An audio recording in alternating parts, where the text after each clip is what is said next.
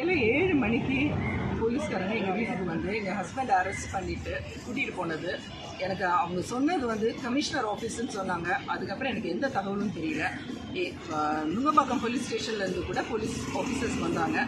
அவங்கக்கிட்டையும் நான் கேட்டேன், கமிஷனர் ஆஃபீஸுனாங்க. எனக்கு அதுக்கப்புறம் ஒரு தகவலும் யாருமே எனக்கு சொல்லலை. திடீர்னு வந்து அவங்க மெடிக்கல் ரிப்போர்ட்டை வந்து இது பண்ணணும்னு சொல்லிட்டு மெடிக்கல் செக்கப்புக்காக போய் பார்த்துருக்குறாங்க. அந்த ஹாஸ்பிட்டலில் வந்து பார்க்கும்போது அவங்க ஃபஸ்ட்டு வந்து பிளட் ப்ரெஷர் செக் பண்ணி பார்த்தப்ப வந்து ரொம்ப ஹையாக இருந்திருக்கு. என்னடா இவ்வளோ ஹையாக இருக்கே ப்ரெஷர் அப்படின்னு சொல்லிட்டு அவங்க வந்து இசிஜி எடுத்து பார்த்துருக்குறாங்க. வேரியேஷன் ரொம்ப இதாக இருந்துருக்கு. எனக்கு வந்து பர்சனலாக ஐஓ வந்து என்கிட்ட என்ன சொன்னார்னா, இவருக்கு கார்டியாக் அரெஸ்ட் வந்திருக்குது, ஆனால் அவருக்கு அது பெயின்லெஸ்ஸாக இருந்தனால அவருக்கு அந்த பெயினை உணர முடியல இப்படின்னு சொல்கிறாங்க. அவங்க என்கிட்ட வந்து ஐஓ வந்து என்கிட்ட சொன்னார் அவர். இது மட்டும் இல்லாமல் நான் இப்போ வந்து என்னை வந்து உள்ளார கூட விட மாட்டேங்கிறாங்க. ஒரு வைஃபாக இதே ப்ரைவேட் ஹாஸ்பிட்டலாக இருந்தானே நான் என் ஹஸ்பண்ட் பக்கத்தில் தானே உட்காந்துருப்பேன். நான் 41 பேர் வந்து கரூரில் வந்து இறந்ததுக்காக ரொம்ப கஷ்டமாக தான் இருக்குது எங்களுக்கு.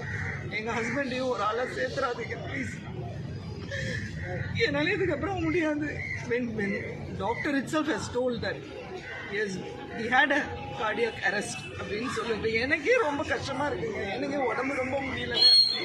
எதுக்குங்க இவ்வளோ இது காலையிலேருந்து இப்போ வரைக்கும் நான் ரோட்லேயே நிற்கிறேன். நான் சைடா பெட்ரோட்டில் அவ்வளோ நேரம் நின்னேன். அதுக்கப்புறம் எனக்கு இன்டிமேஷன் வந்துச்சு.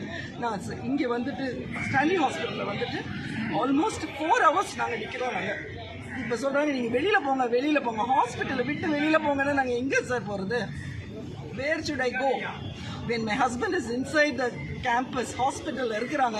அவங்க சொல்கிறாங்க இத்தனை இஷ்யூஸ் இருக்குது உங்கள் ஹஸ்பண்டுக்கு, அதனால் நாங்கள் அப்சர்வேஷனில் வச்சுட்டு தான் we will be taking into the court அப்படிங்கிறாங்க.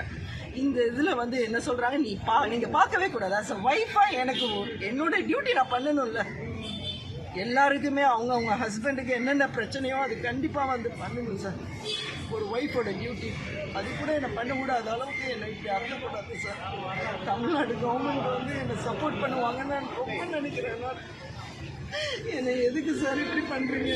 காலையிலேருந்து ஸ்டாண்டிங் ஓரளவுக்கு ஐ கேன் டாலரேட். நாங்கள் என்ன சார் இப்படி பண்ண எங்கள் ஹஸ்பண்ட் வந்து என்ன சார் வீடியோ எடுத்து ஒரு வீடியோவில் வந்து ஒரு பர்டிகுலர் டைம்ஸ் ஆஃப் இந்தியாவில் செப்டம்பர் 28 வந்து ஒரு ஆர்டிக்கல் வந்து வெர்பாட்டமாக இங்கிலீஷில் இருந்தது. அது அப்படியே தமிழில் வந்து சொன்னது தான் சார். வேறு எந்த இதுவும் செய்யலை.